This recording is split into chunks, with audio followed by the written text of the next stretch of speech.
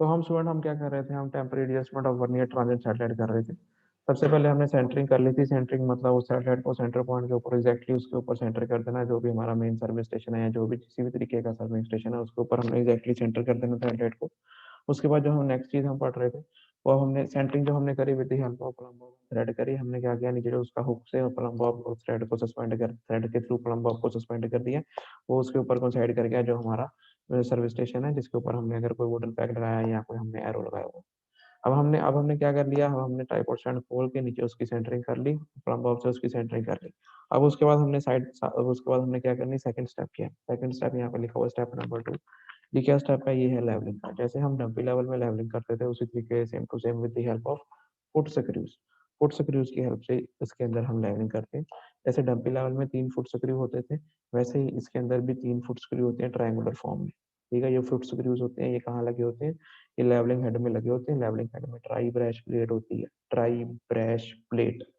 ये प्लेट के अंदर ट्राई ब्रैश मतलब 3 होल्स, ट्राई मतलब 3। तो ये जो प्लेट होती है, ये जिसके अंदर 3 होल होते हैं, जिसके अंदर 3 फुट स्क्रू लगे होते हैं। अब ये फुट स्क्रू की मदद से, जैसे हम डंपी लेवल के केस में फुट स्क्रू की हेल्प से करते थे लेवलिंग, वैसे ही हम सेम टू सेम उसी तरीके से हम हेडलाइट में भी करते हैं। अब जैसे कि आपको डायग्राम दिख रहा है, ये डायग्राम आपको क्लियर दिख रहा है, डायग्राम, ये डायग्राम दिख रहा है सबको, ये वाला, ये डायग्राम दिख रहा है, ये डायग्राम विजिबल है कि नहीं। हाँ जी सर। अब इसके अंदर क्या है, ये क्या है, ये आपका ये जो ऊपर सबको दिख रहा है, ये क्या है, ये आपका प्लेट बबल है। प्लेट बबल, ये लॉन्गर प्लेट बबल है जो कि नीचे हॉरिजॉन्टल सर्कुलर प्लेट के ऊपर लगा होता है, उसके साथ लगा होता है। ये प्लेट बबल है। जैसे डंपी लेवल के केस में बबल ट्यूब होती है, वैसे ही ये भी प्लेट बबल है। इसको हम प्लेट लेवल भी कह सकते हैं, बबल ट्यूब भी कह सकते हैं। बड़े वाला प्लेट बबल है ये, जो नीचे लगा होता है हॉरिजॉन्टल सर्कुलर प्लेट के साथ। अब इसके अंदर हमें क्या करना है, सबसे पहले हमने इसको, इसके अंदर क्या होता है, बबल होता है, मतलब इसके अंदर एयर बबल होता है, स्पिरिट होती है। अब हमने सबसे पहले क्या करना है, इस बबल ट्यूब को या प्लेट बबल को कोई भी दो ले लेने, फुट स्क्रू उसके पैरेलल कर लेना, जैसे हम डंपी लेवल में करते थे। सपोज कर लो ये फर्स्ट है, ये सेकंड है। अगर ये फर्स्ट फुट स्क्रू है, ये सेकंड फुट स्क्रू है, तो ऑब्वियसली ये वाला थर्ड फुट स्क्रू रहेगा, है ना, है ना, है ना। हाँ जी यस सर। सर। तो हम क्या करेंगे, सबसे पहले कोई 2 फुट स्क्रू ले लेंगे। हमने एक ये वाला ले लिया, 1 नंबर वाला, ये ले लिया 2 नंबर वाला। हमने ये 2 फुट स्क्रू ले लिए, कोई भी पेयर ऑफ फुट स्क्रू ले लेना, कोई भी ले सकते हो तीनों में से। हमने ये 2 ले लिए। तो हम क्या करेंगे, इस प्लेट बबल को इसके ऊपर हॉरिजॉन्टल कर देंगे और इन फुट स्क्रूज को मूव करेंगे। इन दोनों फुट स्क्रूज को इकट्ठे या तो इनवर्ड मूव करेंगे, या दोनों फुट स्क्रूज को जो हमने चूज कर रखे हैं इकट्ठे आउटवर्ड्स मूव करेंगे। तब तक मूव करेंगे जब तक कि जो बबल है वो सेंटर में ना आ जाए प्लेट बबल के। क्लियर है, क्लियर है, क्लियर है।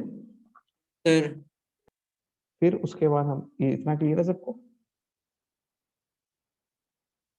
हाँ जी सर। फिर उसके बाद सर, उसके बाद हम क्या करेंगे, जौन सा प्लेट बबल है उसको हम तीसरे फुट स्क्रू के ऊपर ले आएंगे। ये तीसरा फुट स्क्रू इस केस में तो यही बच गया, है ना।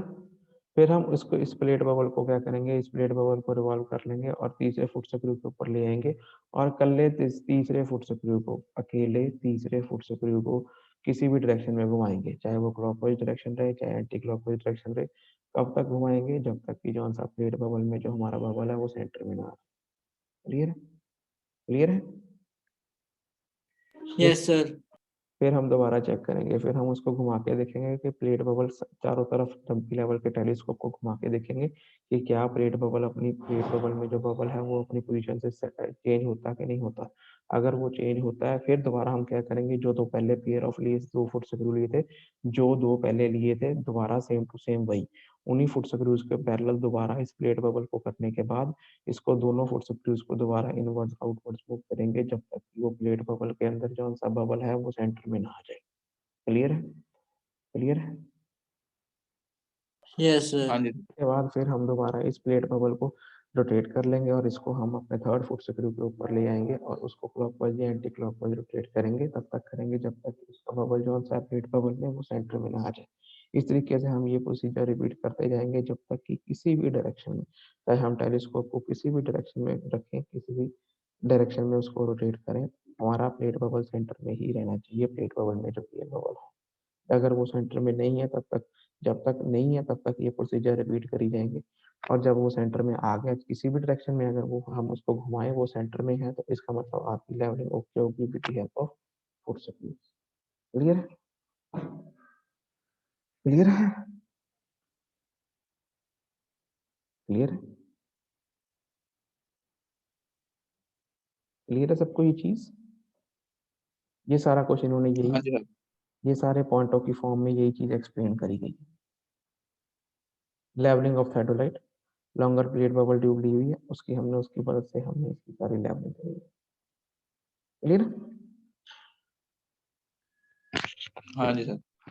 उसके बाद जो तीसरा स्टेप होता है वो क्या होता है, जैसे हम डब्ल्यू लेवल के केस में पढ़ते थे, क्योंकि हमने रीडिंग जॉन से हमने जो ऑब्जेक्ट है वो बाइसेक्ट किसके थ्रू करना है, with the help of telescope. Telescope अगर वो फोकस होगा तभी हम उसमें से ऑब्जेक्ट को देख सकते हैं, उसको बाइसेक्ट कर सकते हैं। तो तीसरा जॉन सा हमारा मेन जो हमारा, अब तीसरी जो हमारी जो टेम्पररी एडजस्टमेंट है वो क्या है, फोकसिंग। हमने उसकी सेंटरिंग करके लेवलिंग करनी। अच्छा एक और बात, जब हम सेंटरिंग लेवलिंग करते हैं ना, तो ये दोनों एक दूसरे से इंटरलेक्ट होती हैं। ये भी हो सकता है कि लेवलिंग करने के बाद थोड़ा सा सेंटर उसका शिफ्ट हो जाए, तो आपने साथ के साथ सेंटरिंग भी सही कर लेनी होती है, ताकि सेंटरिंग और लेवलिंग दोनों सही एक समय पे दोनों सही होनी चाहिए while taking the reading. Clear?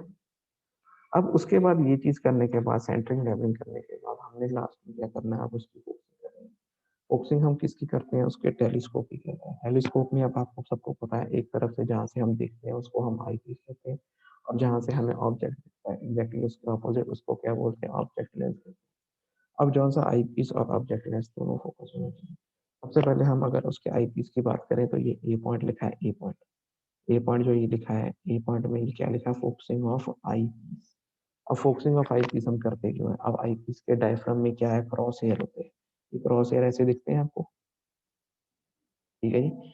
ये क्रॉस हेयर है जो कि ये आई पीस के डायफ्राम में होता है। अब आई पीस को हम फोकस इसीलिए करते हैं ताकि हमें ये क्रॉस हेयर बिल्कुल सही दिखने चाहिए।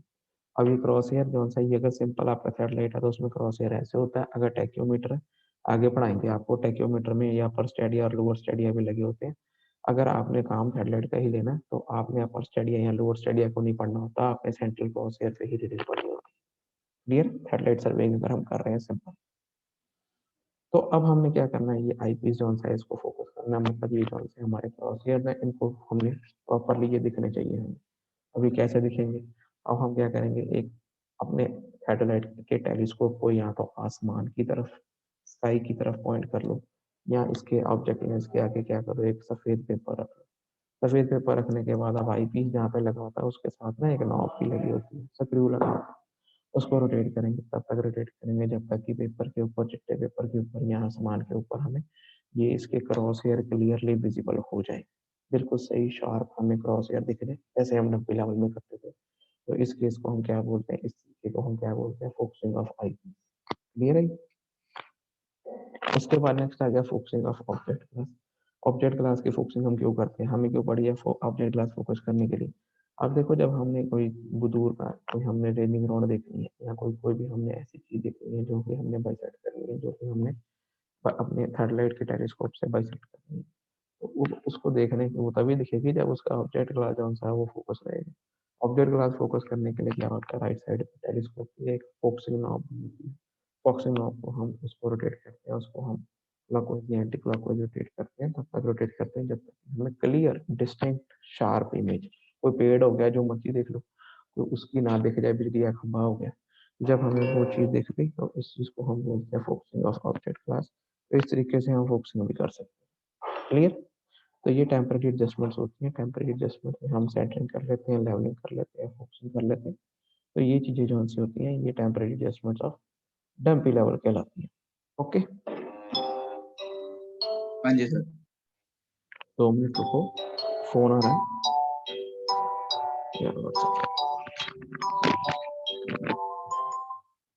हाँ जी सर, हाँ जी सर, हाँ जी,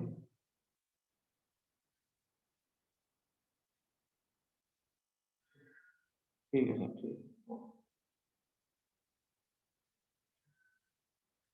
ठीक है सर, ठीक है सर, ठीक है सर।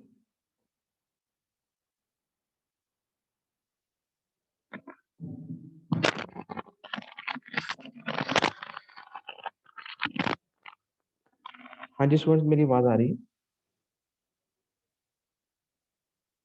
हाँ जी सर। हाँ जी। तो अब स्टूडेंट ये थी टेम्परेरी